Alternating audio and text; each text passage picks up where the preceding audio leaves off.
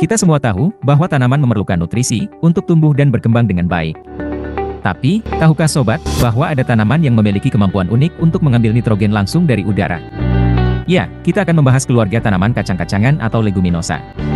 Jadi, pertanyaannya adalah, bagaimana tanaman kacang-kacangan, seperti kacang polong atau kacang hijau, dapat memanfaatkan nitrogen dari udara untuk pertumbuhan mereka?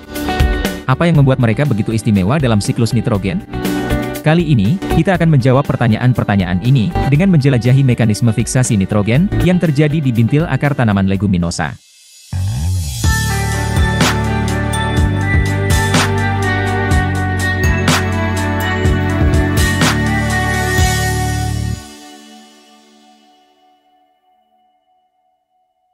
Bintil akar pada tanaman kacang-kacangan merupakan struktur khusus yang berperan penting dalam proses fiksasi nitrogen.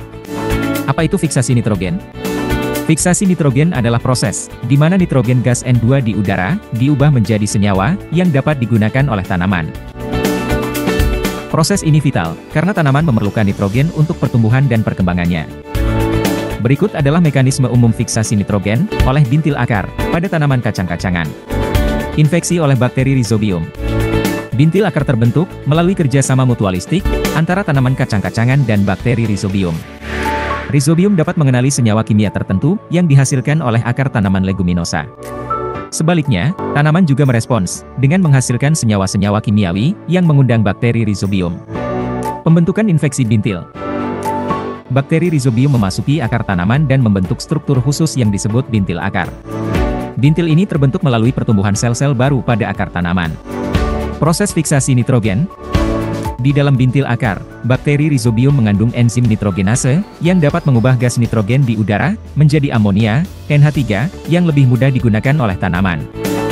Proses ini disebut fiksasi nitrogen, dan amonia yang dihasilkan dapat diubah menjadi senyawa-senyawa nitrogen yang lebih kompleks, seperti nitrat, yang dapat diserap oleh akar tanaman. Pertukaran nutrisi. Selama pertumbuhan bintil, terjadi pertukaran nutrisi antara tanaman dan bakteri. Tanaman memberikan karbohidrat dan nutrisi lainnya kepada bakteri sebagai sumber energi untuk fiksasi nitrogen. Sebaliknya, bakteri menyediakan senyawa nitrogen yang diperlukan oleh tanaman. Pemanfaatan nitrogen oleh tanaman. Senyawa nitrogen yang dihasilkan oleh fiksasi nitrogen dalam bintil akar digunakan oleh tanaman untuk pertumbuhan, perkembangan, dan produksi protein. Mekanisme ini memungkinkan tanaman kacang-kacangan untuk mengakses sumber nitrogen yang lebih berlimpah dari yang mungkin tersedia di tanah saja. Oleh karena itu, tanaman kacang-kacangan seringkali dianggap sebagai tanaman yang dapat meningkatkan kesuburan tanah karena kemampuannya dalam fiksasi nitrogen. Terima kasih sobat, telah menyimak perjalanan kita hari ini mengenai mekanisme menakjubkan di balik bintil akar tanaman kacang-kacangan. Dari proses fiksasi nitrogen hingga pertukaran nutrisi yang saling menguntungkan antara tanaman dan bakteri Rhizobium, semuanya begitu menarik. Kesimpulannya, tanaman kacang-kacangan bukan hanya sebagai sumber protein, namun juga tanaman penting dalam memperkaya kandungan nitrogen tanah.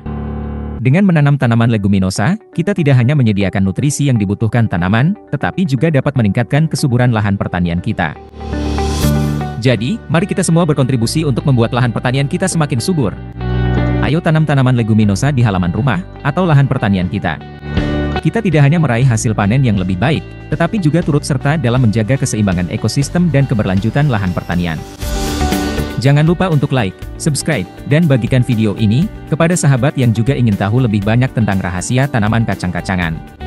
Terima kasih atas partisipasinya, dan sampai jumpa di video selanjutnya.